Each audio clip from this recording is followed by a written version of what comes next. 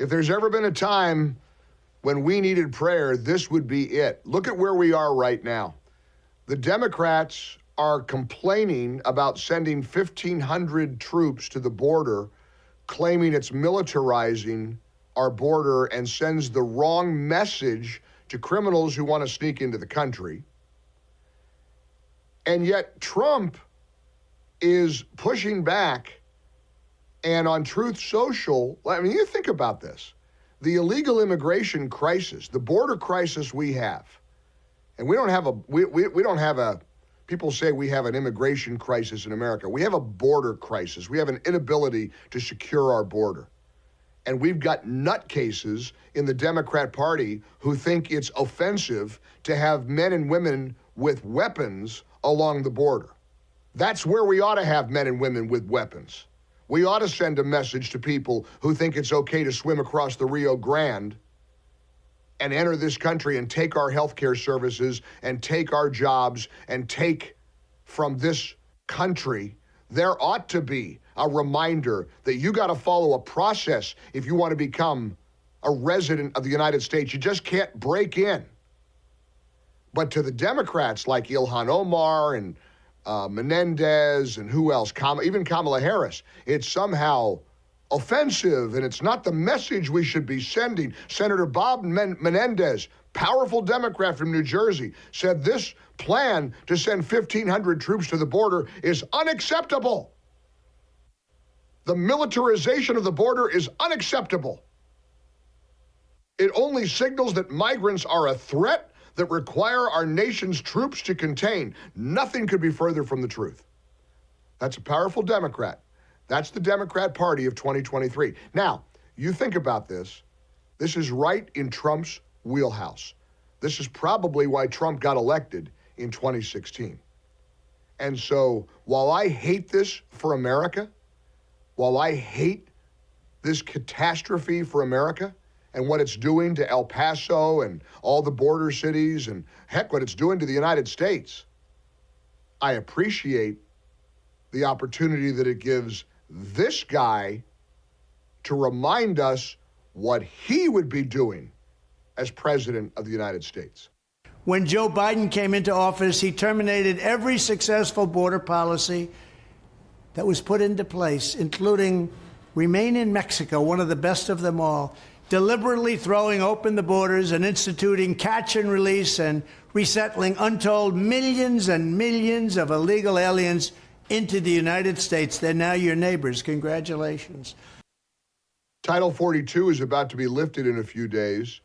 Border towns are declaring a state of emergency. It's going to be a horrific invasion.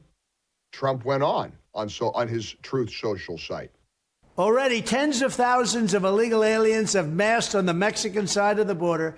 They're getting ready to storm across the moment Title 42, which is so important, is officially gone. Can you believe they're getting rid of it? And when that happens, countless more will charge in from all over the world. They're coming from all over the world. And some of the states like California are saying, come in and we give you free health care, free education. People hear that from other countries. They say, well, that sounds good to me. And they're making a mass charge toward our border. It's absolute lunacy. It will be a mass resettlement of millions and millions of illegal aliens into your communities. And the invasion will be aided, abetted, and facilitated by the Biden administration's every step of the way. Every path they take will be made easier by Biden. I want to ask you a difficult question. Do Americans recognize that the times we're living in right now, the crisis at the border that we're facing, is a perfect time for Donald Trump to reemerge? I mean, Ron DeSantis is going to presumably be his big challenger. Would Ron DeSantis do a better job with the border than Trump would be willing to do? I don't know. He's unproven. He's untested. As the governor of Florida, I mean, we don't exactly have a border crisis. We don't really have people, crashing from, swimming across any rivers from Georgia into Florida. We're good. Would he? I don't know. And that's the problem. We don't know. We know Trump's commitment to a sovereign nation, don't we? We know Trump's commitment to wanting to build a wall and getting Congress to go along with it, to make every effort he can to secure the border and remain a sovereign nation. Don't you think this is when I say perfect crisis, I'm talking about the timing. The timing of this border crisis is perfect for the Trump campaign. Or not? 800-655-MIKE. It's a tough question. And on this National Day of Prayer, again, I want to remind you, you can call and leave a voicemail prayer. Please keep it fairly concise because we want to get as many prayers on the show today as we can. We need prayers for this country. When you call 800-655-MIKE, if you want to come on air with me to talk about this border crisis and Trump and DeSantis and Biden, press 1. If you want to leave a prayer, press 2. And we'll play it as time permits on the show.